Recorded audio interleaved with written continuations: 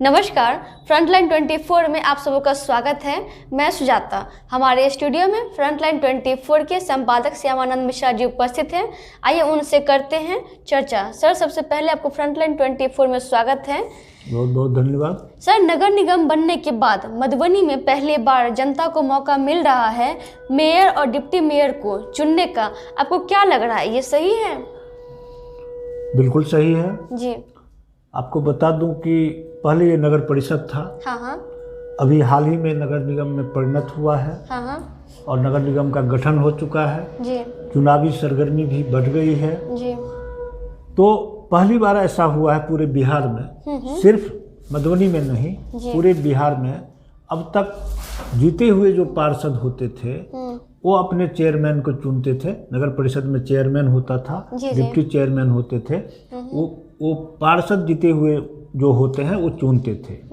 इस बार पहली बार ऐसा सरकार ने व्यवस्था की है कि अब जनता ही मेयर और डिप्टी मेयर का चुनाव करेगी। वोट देकर वे मनपसंद जो कैंडिडेट होंगे, जो प्रत्याशी होंगे, उनको वोट देंगे और उसमें मेयर का चुनाव होगा, डिप्टी मेयर का चुनाव होगा जनता के द्वारा। इससे पहले वार्ड पार्षद जो जीते हुए रहते थे उसमें होता था। विसंगतियां ये थी कि आपको बता दूं कि मधुबनी नगर परिषद में 4 बार कम से कम मेरे कार्यकाल में, जब हम जागरण में थे ब्यूरो प्रभारी, तो उस समय चुनाव हुआ, बहुत नज़दीक से देखने का मौका लगा। तो खरीद फरोख्त होता था बहुत बड़े पैमाने पर। जिसके पास जैसा पैसा, जितना पैसा वो अपने पक्ष में कर लेते थे। वार्ड पार्षद को खरीदा जाता था, खुलेआम खरीदा जाता था। 5 लाख, 2 लाख, 4 लाख, 8 लाख, इसमें लोग माने बिकते थे। एक तरह से कहिए कि लोग बिकते थे। वह चीज बंद कर दिया गया है। अब वार्ड पार्षद के फिर नहीं रहा ये कि वो अपने मेयर और डिप्टी मेयर को चुनेंगे। अब जनता चुनेगी। नगर निगम क्षेत्र के सभी वार्डों की जनता, मतदाता अपने मनपसंद मेयर और डिप्टी मेयर का चुनाव करेंगे। आरक्षण को लेकर संशय बना हुआ है, आपको क्या लगता है, क्या स्थिति रहेगी इस बार? देखिए, एकदम सही सवाल है आपका जी। और इसमें यह है कि मधुबनी नगर परिषद में या कहीं भी अभी ये स्पष्ट नहीं हुआ है कि मधुबनी नगर परिषद में जो मेयर और डिप्टी मेयर बनेंगे वह पद आरक्षित होगा या सामान्य रहेगा। दोनों में से एक पद तो सामान्य रहेगा ही। लेकिन इस बात को लेकर सही में संशय है। बहुत सारे ऐसे प्रत्याशी हैं जो चुनाव मैदान में मेयर पद के लिए और डिप्टी मेयर के लिए ताल ठोक रहे हैं। बहुत सामने आए हैं। कम से कम 5 दर्जन ऐसे व्यक्ति हैं जो मेयर के प्रत्याशी इस शहर में, इस नगर निगम क्षेत्र में तैयार बैठे हैं चुनाव लड़ने के लिए। कुछ ऐसे भी प्रत्याशी हैं, वो भी दर्जन भर से कम नहीं हैं, जो अभी वो मौन हैं। वो आकलन कर रहे हैं, खुले नहीं हैं।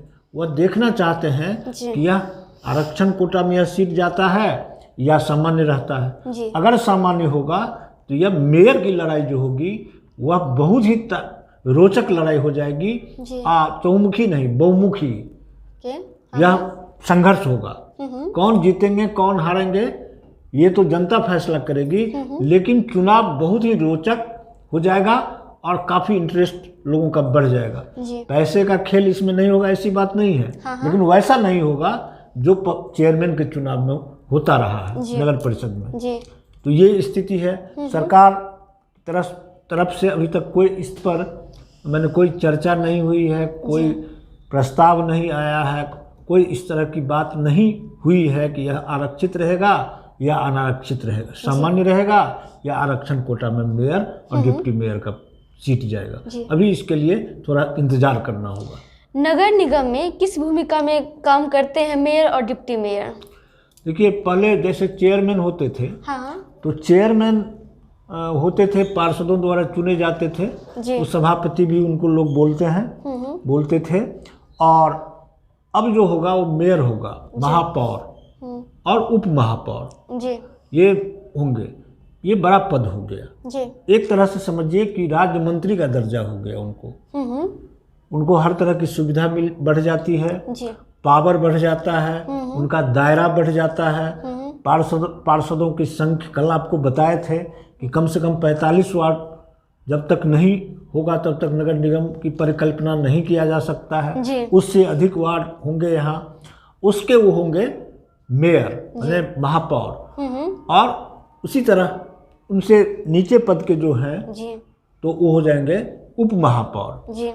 अब यहाँ पर एक चीज़ की जानकारी आपको दे दें, आपके दर्शकों को दे दें कि मेयर होने के बाद जो कार्यपालक एग्जीक्यूटिव अफसर होंगे नगर निगम में वो IAS होंगे। अभी तक बिहार प्रशासनिक सेवा के पदाधिकारी होते थे वहाँ एग्जीक्यूटिव अफसर, लेकिन अब नगर निगम बनने के बाद बिहार प्रशासनिक सेवा के पदाधिकारी वहाँ नहीं रहेंगे। IAS कोई भी पदाधिकारी IAS जो होंगे वो होंगे वहाँ प्रशासनिक पदाधिकारी, उनका दायरा बन जाएगा। प्रथम नागरिक कहलाएंगे वो नगर निगम क्षेत्र में, और उनका ओहदा बढ़ेगा, पावर बढ़ेगा, जवाबदेही बढ़ेगी, और वो काफ़ी बड़े ओहदे वाले व्यक्ति कहलाएंगे। तो ये है इसका, ये स्थिति है। बात किया जाए अगर चुनाव का, तो फिलहाल नगर निगम बनने के बाद ये अभी कई सारे लोग इस बार मेयर और डिप्टी मेयर का चुनाव लड़ना चाहते हैं। कई सारे लोग सामने आ रहे हैं। आपको क्या लग रहा है कि इसका क्या स्थिति रहेगा? देखिए, अब तो सही बात है कि बहुत सारे लोग हैं, कई दर्जन, 5 दर्जन से अधिक लोग मेरे नज़र में है कि इस पद के दावेदार हैं कि इस पर हम चुनाव लड़ेंगे। तो ये स्थिति है, लेकिन सबके अंदर संशय है कि यह पद कहीं आरक्षण कोटा में न चला जाए। अगर जाएंगे तो सबका जो है कल्पना वह धरा ही रह जाएगा। सही बात है। तो ये स्थिति बना है। और दूसरा सवाल आप पूछी है उसी से संबंधित, मेयर और डिप्टी मेयर के लिए कई सारे लोग सामने आ रहे चुनाव लड़ने के लिए। अब यहाँ ये है कि जनता पर डिपेंड करता है। मतदाता जो होंगे, इसके लाखों में होंगे मतदाता जो अपने मेयर और डिप्टी मेयर को चुनेंगे।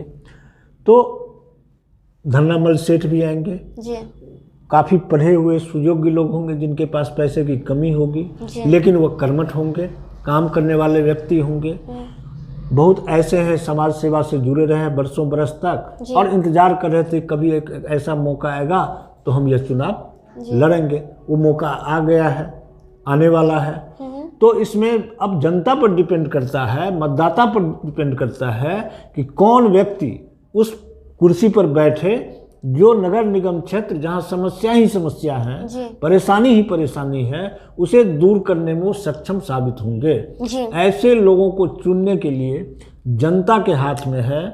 वो राम को चुनते हैं, रहीम को चुनते हैं, श्याम को चुनते हैं या किसी और को चुनते हैं, उन पर डिपेंड करता है।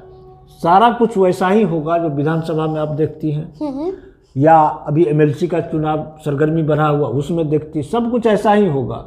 अच्छे लोग भी आ सकते हैं, दबंग भी आ सकते हैं, पैसे वाले भी आ सकते हैं, विद्वान भी आ सकते हैं, कर्मठ समाज सेवी भी इस पद के लिए आ सकते हैं। ये सारा कुछ डिपेंड करता है जनता पर। वह तय करेगी कि किस व्यक्ति को इस पद पर बैठाया जाए जो नगर निगम क्षेत्र में चौमुखी विकास करे, लोगों की समस्या को दूर करे, महिलाओं के साथ जो परेशानी है उसे दूर करे, पठन पाठन से लेकर स्वास्थ्य व्यवस्था, सड़क, जल जमाव की समस्या, जितनी भी समस्या हैं उसे वह दूर करे।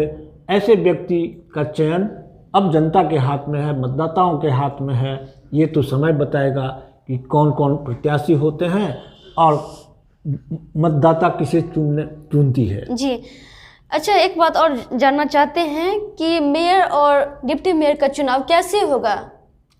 हाँ, डिप्टी और बता दिए थे आपको, डिप्टी और मेयर का चुनाव जनता करेगी जी, वोट देगी। जैसे मान लीजिए इसका स्थिति क्या रहेगा? मान लीजिए 50 से 55 वार्ड होगा इस नगर निगम क्षेत्र में जी। तो वार्ड पार्षद का चुनाव अलग होगा, अलग बैलेट होगा उनका, और इसमें जो प्रत्याशी होंगे मेयर और डिप्टी मेयर के, उनका बैलेट पेपर अलग होगा। लेकिन वही मतदाता अपने पार्षद को भी चुनेंगे और मेयर डिप्टी मेयर को भी मत देंगे। तो इस तरह की प्रक्रिया से अलग अलग बैलेट पेपर होगा, एक ही बूथ रहेगा, एक ही जगह चुनाव होगा, एक ही मतदाता रहेंगे जो वोट गिराएंगे।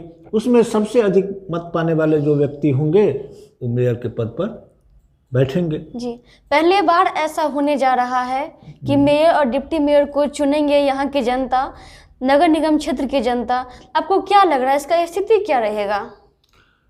इसकी स्थिति लोग तो सपना देख रहे हैं, खुशहाली लौटेगा, समस्याएं दूर होंगी और शहर जो एक माने शहर की जो मापदंड होना चाहिए, सौंदर्यीकरण होना चाहिए, माने शहर में जो व्यवस्था चाहिए नगर निगम क्षेत्र में, पार्क हो, खेल मैदान हो, नाला हो, जल जमाव की समस्या नहीं रहे, सुंदरता बढ़े, ट्रैफिक सेंस लोगों में आए, लोग बेतरतीब तरीके से गाड़ी लगाते हैं, जाम की स्थिति पैदा होती है। इन सारी समस्याओं को दूर करने वाले व्यक्ति उस चेयर पर बैठें तो जनता की भलाई होगी और शहर का विकास होगा।